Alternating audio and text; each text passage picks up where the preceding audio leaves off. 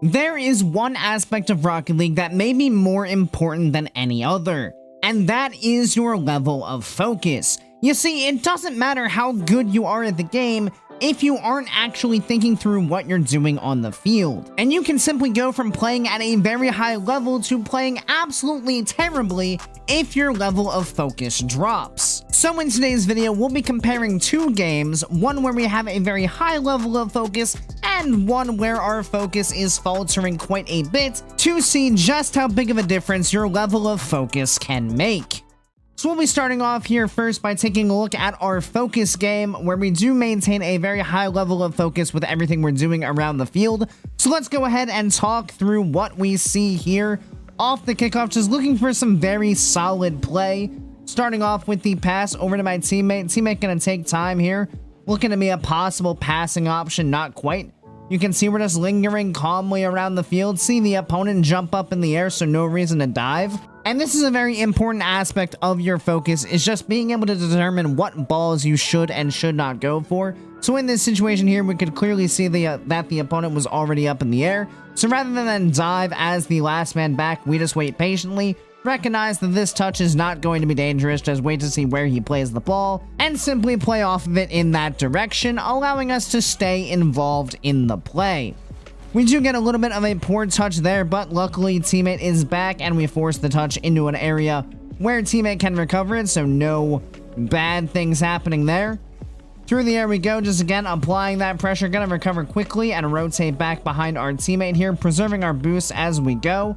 Back into a sensible defensive position, again just calmly waiting as we watch our teammate move up the field. No reason for us to dive anywhere, and you can see we're just perfectly playing a supported position there. Nothing too much going on in that play, just waiting to see how it develops, and luckily our teammate is able to go ahead and score the goal without a whole lot of issues.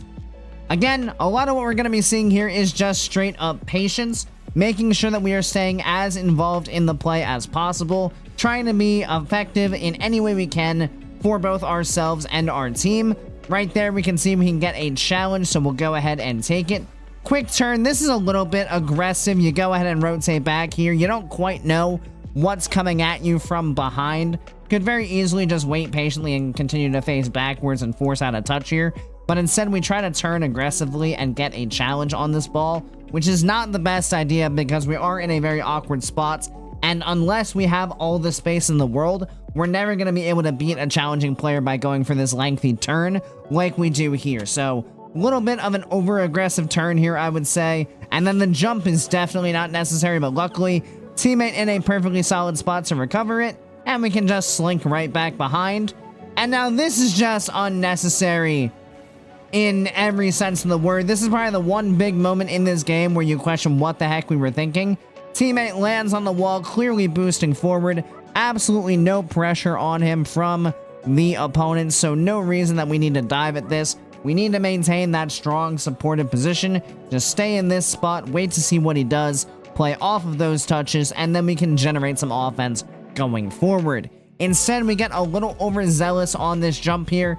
Think that we have a better angle for the touch, even though there's no reason to rush this ball. We jump up super fast, teammate plays it right past us, and then we're simply giving up an open net for no reason. So there's our one moment of not having good focus in this game. And what you'll see now is we are going to adjust to that idea, and we're going to make sure that we eliminate those mistakes throughout the rest of this match. So light pass over to our teammate, going to pick up some corner boost here. Again, just staying in that supported position, not diving in. Recognize that they have control. We can just wait patiently for our teammate to get back behind us. Teammate's behind us. Now we can go ahead and force that challenge. Again, keep the wheels on the ground. We're back behind our teammate already. Recognize that we have the turn there. We can go ahead and pop the ball forward. Applying pressure, gonna get the demo. Recognize the space here. Let's take control. Flick up over the top of one. Not gonna quite work out, but teammate is right there to follow it up. And you can see just the patience throughout that entire play and awareness of where our teammate is going to allow us to secure this goal. As we rotate over to the side, we have both of the opponents in the corner. As we turn around here, we can see our teammate on 0 boost out of the midfield. So with that in mind, we can buy time for him to go get this mid boost while we turn and control the ball, knowing that we have both opponents behind us in this corner here. So very good use of time and space here and recognizing the position our teammate was in to take the space here, get control of the ball, put the opponents in a bit of a bad spot. Just take all the time in the world, bait out a bad save, and teammate is able to finish it on off without any issue at all. Gonna go ahead and grab some boost here, just make sure we stay involved in the play, keep both of our defenders back on defense whenever possible. Light touch into the corner, gonna allow us to get back to it, gonna allow us to secure that mid boost as well. Dodge the demo from behind, just apply the pressure across. Grab some boost and rotate back, no reason for us to dive anywhere. Teammate forces the first touch, and because we have both defenders back, we can very easily get the next save, no problem. Again, taking control here, not diving too aggressively forward. You can see that kind of through this entire thing, the main idea is that we're just not diving at things unnecessarily too often. Oftentimes when you go on autopilot and you stop focusing to the full ability that you have, you'll end up diving for balls that really are not good for you to go for, and you'll end up putting both yourself and your team in constant bad positions simply because you keep diving out of the play for no reason. So what we're seeing here is some nice controlled gameplay. Again, right there, recognizing the 1v1, just taking control of the ball, making sure that we don't do anything stupid with it, take the most solid play we can, and it allows us to get a goal while also ensuring that if the opponent does get the save, we have a very quick recovery to get back to support our team, which is kind of the big idea overall. Again, right here, just awareness of where the defense is, the position they're in, taking the opportunity that they give us to jump up and slot that one through over the top of the last defender. Just nice, calm gameplay is what we're seeing here, and now the opponents are completely going to start to unravel as the ball just goes into the net off the ensuing kickoff. Cannot complain to that. We can go ahead and wait patiently. We see the jump, no reason for us to dive. We'll just wait, recognize that he's off of it. Let's just tap it over the top. Try to take control here, keep the ball close, flick it on target, force out the bad save, and again, that ball is just in the net. Recognizing that space, staying solidly on the ground whenever possible, taking control of the ball whenever we get the chance, and we can go ahead and slot another one through. Again, a very low danger attack for us, as if it doesn't work, we're not putting ourselves in any kind of bad spot to go for that play. Let's go ahead and get that clear out, and with that, we'll hit 0 seconds. And the moral of the story in this game was purely don't dive out of the play, don't put yourself in bad spots, always keep yourself involved in the game whenever possible, so that way your opponents are forced to beat both you and your teammates. And this solid playstyle not only made it difficult for our opponents to be able to crack through our defense, but it meant we were focusing on putting ourselves in good positions to be able to get control of the ball, therefore allowing us to take very solid offensive opportunities. So a high level of focus really does just come down to putting yourself in good spots on the field based on what is going on. The second you stop focusing, you're going to stop putting yourself in those good positions because you're not going to be as aware of where the play is going, and therefore you're going to leave yourself and your team vulnerable to your opponent's attacks. With that in mind, let's see exactly what that looks like when you do leave yourself vulnerable to your opponent's attacks, as we look at another game where our focus just goes out the window entirely. Away we go here with our bad focus game, and this one is just going to be a complete disaster. So right out the gate, you can see a very bad kickoff, first of all, and now immediately we're rushing around the field just for absolutely no reason. You look at this play, the ball is not going anywhere dangerous. Our teammate is already playing over in this direction, yet for whatever reason, we decide that we need to turn and bang the ball that way in a direction where neither myself nor my teammate can really follow up on it. And we're just leaving the ball into open space, throwing ourselves in a random direction on the field, then allowing our opponents to circle back and inevitably get some semblance of control of the ball when they absolutely didn't need to, because our teammate definitely has this ball covered. Unnecessary play there. Luckily, our teammate does get back to it, but you can see we're just popping the ball down the field with absolutely no semblance of control, and you can already see that our car is moving significantly faster in this game than it was in the previous one. And that is another really big thing that you might notice when you stop hard focusing, is your car just naturally moves faster because you're not thinking as much about where you're going. You're kind of just going through the motions and sending your car around the field, and you can see that we immediately get punished for it because we dive aggressively into the offensive half. So that's a great touch off the wall. Now in the previous game, we probably would have just sat here in the midfield, waited to see where this touch went to, and would have just played off that to regain control of the ball.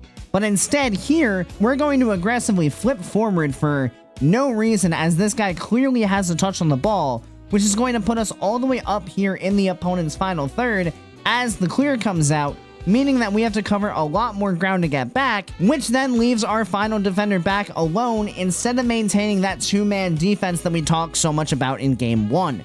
So very bad decision here, and very autopilot-y decision to just dive forward like this for no reason, because this flip forward does not accomplish anything, and you can see that there was very little thought in what we were going for there. And that is not the only time we're going to see something like that in this game. Flipping back now, again, still moving at supersonic speed. Gotta take control here, this isn't bad. Let's look to see what we do. Gotta pop this ball off the wall, recognize some space, cut it around, and just like how in the last game we had one moment where it was very clear that we weren't focused, that is probably our one moment in this game where we do hard focus and solidify a solid goal for ourselves. And you can see we're creeping all the way to the front post here, putting ourselves in a very difficult spot to defend anything. And it's just all kinds of awkward, and that ball is right in the net, purely because we put ourselves in a bad position defensively. Again, if we had waited a little bit more patiently, we could have driven up the backboard and gone to get this touch off the wall a little bit faster, rather than being a sitting duck here. Or we could have, again, just been more patient, waited to see where Cody's touch had gone, and then played off of it. Rather, we jump early like this, which means we absolutely cannot react to the pass, and it is, again, just a free goal, as neither myself nor my teammate can react because we put ourselves in an awkward spot without any pressure actually coming through from our opponents. Teammate gonna push on forward, see if we have any kind of patience here. Nope, there we go with the dive once again, not allowing our teammate to recover back behind us much at all, and again, we're rushing back to the defensive half after having pushed forward very aggressively into offense. Only down by 1, there's not really a reason to have to rush around the field. And there we go again with yet another dive. Once again, in the previous match, we would have seen this touch. We immediately would have seen, hey, look, there's a defender right there facing that direction. Let's just wait to see what happens. Allow our teammate to recover behind us while we buy time. And then once this rotation comes in, now we can turn aggressively and apply the pressure. Instead, we try to dive early, giving up a lane that the opponent can take the ball around to break out onto a counterattack, leaving our teammate in a very bad spot as he tries to rotate back because we dive so aggressively into our opponent's half for, again, absolutely no reason. Now we're moving upfield with absolutely zero boost, not looking for any pads at all. Again, just not thinking about our rotations. Chuck the ball right into the defender, and then let's leap up into the air unnecessarily and put our teammate again in a horrible defensive spot. And this is just panic from not actually thinking about what's going on in the play. So you can see right here, first of all, this 50 isn't the worst idea, right? Because we're trying to buy time for our teammate to get back. So this is not the most heinous idea. We just take the absolute worst 50-50 on the face of the planet.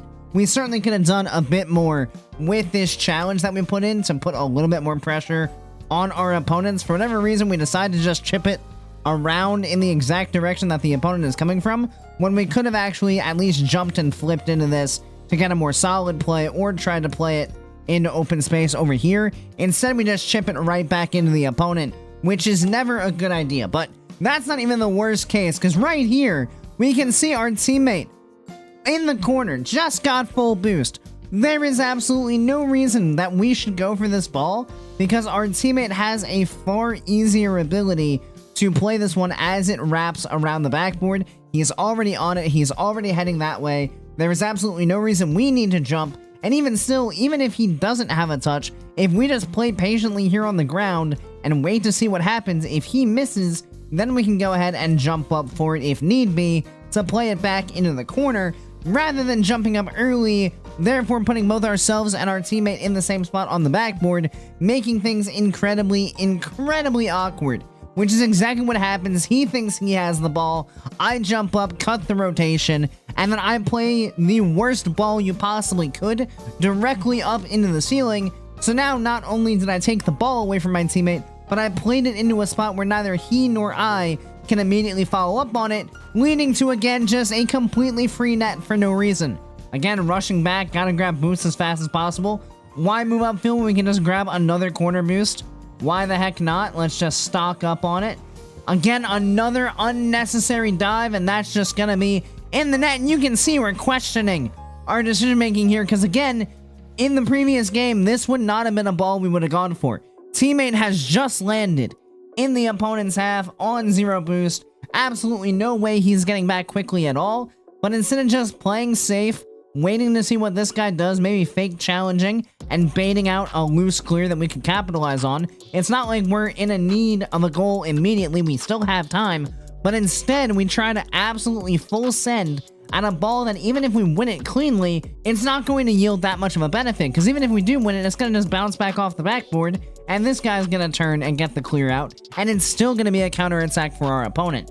So, very poor decision. Overall, just there's nothing good about what's going on here, and it's purely because we're not actually thinking about what we're doing. This entire game comes down to just us not thinking at all about what we're actually doing on the field, and it's leading to things being an absolute disaster. Like, again, horrible control. We put ourselves in a horrible spot. Almost cut our teammate off there again. Gonna catch the ball and dribble it right in front of the opponent and let him hit it off me. Genius idea right here. So we see where the opponent's challenging from, right? We go back. I love the idea of catching the ball. We saw where the opponent was coming from. We could just try to get our card right in behind the ball, but instead we just stay on the right side, on the left side rather, and play it directly into the path of the opponent, leading to an absolutely free net for no reason. Like, what are you thinking there? What are you even thinking is going to happen? You're just driving the ball right in front of the opponent. Of course they're just gonna take the ball off of you and score. Absolute chaos of decision making. But as this game kind of counts down, that's the last goal that we're gonna see. The general principle here, though, is you can see that as we were playing with more thought and like actually focusing on what we were doing, we were simply moving slower around the field and just focusing on how we were positioning based off of what was going on with the other players. Like, were we beat to a touch? If that was the case, we just sat and waited to see where the ball went, and we played off of what was going on. In this game, we've been moving significantly faster. We've been diving at challenges that we have very little chance of winning. We have not been getting good control of the ball, and it's meant that we are just flopping around the field, constantly putting both ourselves and our team in very bad spots, and it leads to a result like that. So if you ever find yourself playing a bit out of control in your own games, make sure you actually take a moment, take a breath, and refocus your mind on actually paying attention to what is going on around the field, because that is what is going to make a huge difference in where you're going, your rotations, your boost pathing, your decision making. It's all tied to how much you understand what is going on the field. And the second you stop focusing on everything that's happening, you will end up going on autopilot, and you'll start to play chaotically, you'll start to play without any kind of control, and it will just lead to disasters like this. Of course, thank you guys so much for watching. I really do appreciate each and every one of you who made it to this point in the video, and I do hope you enjoyed it and found it helpful. If you did, make sure you click that subscribe button right down below, so you make sure you don't miss any future Rocket League content. Additionally, if you'd like to be a bit more involved in the community we're building here, feel free to join my Discord, which I'll have linked down in the description. And as always, I hope you guys have a great rest of your day, and I'll see you next time. See you later, guys.